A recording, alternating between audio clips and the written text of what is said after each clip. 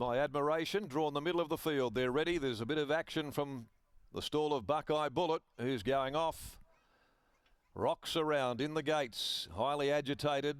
Attendants are up there. Popcorn Tender's gone skywards as well. Waiting for them to settle. Now they look a little better. Ready. Gates are back, off and racing. Vitae Lamparta, first of them to leave. Edamorp jumped okay about midfield, the fave early and going up looking for the lead. Marchamley and the stablemate comes over as well on the outside. Buckland. They're going to settle down 1 and 2 from Vitae Lamparta. Back behind them in a Happy Days is lobbed into a lovely spot from Popcorn Tender, Lady of Babylon, a length and a half. Rhodamont. Getting back a little after the start is Edamorp, who sits on the outside of Rhodamont. Back in the clear Patchwork, and then a further 2 lengths behind them, Wicked Fox. Buckeye Bullet behind those, and the tail end of the mare El Dorado River. It's an even pace as they go down the back. Marchamley with 1,000 to go, the leader. By a length, Buckland, its stablemate. Back on the inside, Vitae Lamparta. A length away then is in a Happy Days over on the inside to Popcorn Tender.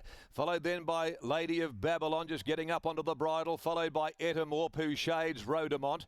A length and a half clear of Patchwork, and then came Wicked Fox. Further back is El Dorado River, spotting the leader the best part of 10 lengths or more, and Buckeye Bullet, a spent commodity already, has dropped out to be a long last. With 500 left to go, they come to the turn. The leader's doing it nicely.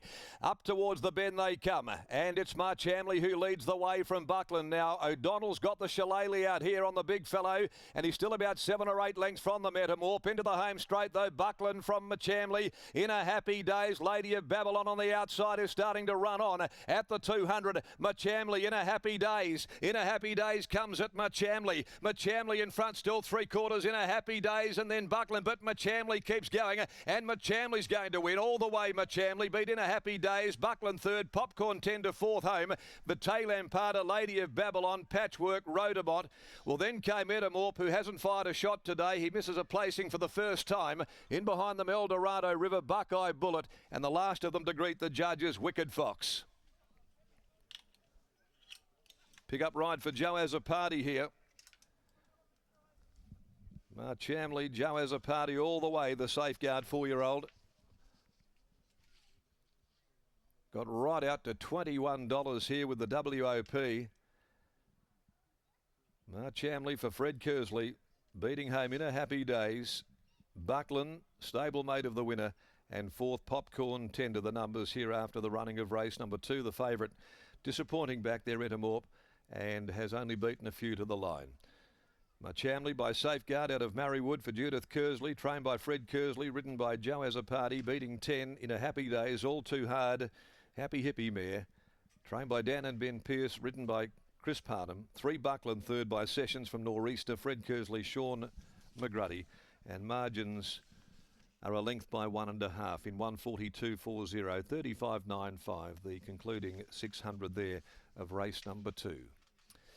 The third of the day, the Crown Perth Handicap over 1,300, and no scratchings. Chris Parnham, though, rides 1 Keep Attacking. Keep Attacking is now Chris Parnham here in the next on the card. So he did it from the outset. Marchamley, it's a pick-up ride here for Joe as a party. Jade McNaught foregoing mounts for the day, and Joe was in the driver's seat, Scotty. Certainly was. Straight to the front, never looked back, and at the top of the home straight there was really only one horse he wanted to be on, and then emerging only one real danger, and that was in a Happy Days. Fred Kersley joins me. Fred, we noted 37 days between runs. Has he been a bit of a victim of the chopping and changing of the program? Yeah, pretty much. Yeah, really it was. Just held over from last week, which extended the period a little bit, but, you know, he's been doing a good job, this horse. He's been, you know, his last few runs have been good. Seems as though he's sort of changed his race pattern recently. He seems to be really enjoying it. Yeah, to a fault, he's a bit over keen in his races, but, you know, the good thing, he's been able to lead the last couple of times, and he set his own pace, so that was a good result. How far out will he get in trip? Because he certainly looked like he ran that out nicely. I'd probably ask Joey, but to me, he looked like he went through the line pretty good, and I think going back to Northern, his last start, he was in trouble, sort of a furlong out, but hit the line pretty good. And keeping an eye on Buckland too, who's finished off into third, a nice run at odds.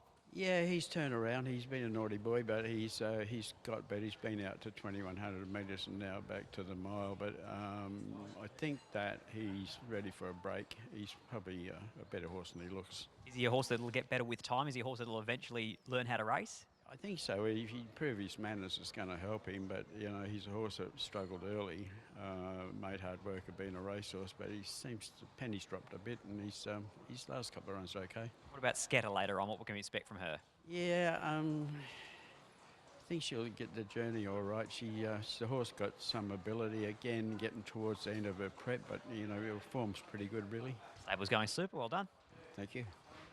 Fred Kersley there after the victory all the way for MARCHAMLEY, and a pickup ride for a very happy Joey as a party. Fairly unwanted in betting. Michael opened up $10 WOP, jumped over 20 to 1, and has been able to defy that drift, lead throughout, and it looked as though those horses up on the speed were dominant, because I think it was In a Happy Days who sat 1-1, finished second. Buckland sat outside the leader as fought on into third, and those fancies further back in the field just looked under pressure at the 600 and really weren't making any noticeable ground. Joey as a party's coming back in now. He'll take the saddle off, he'll weigh on in, and then he'll get a word with Michael Heaton after the all-the-way victory of MARCHAMLEY. A 4-year-old now by Safeguard, and he now makes it back-to-back wins after winning a maiden almost 40 days ago, and then today showed no signs of stopping at the top of the home straight. He won with a bit of style. Yeah, he did, got it his own way, but as we were saying off air after the race, probably too big a price discrepancy between MARCHAMLEY and Etamorp, considering they both beat the same horse at their most recent start. Joey, a late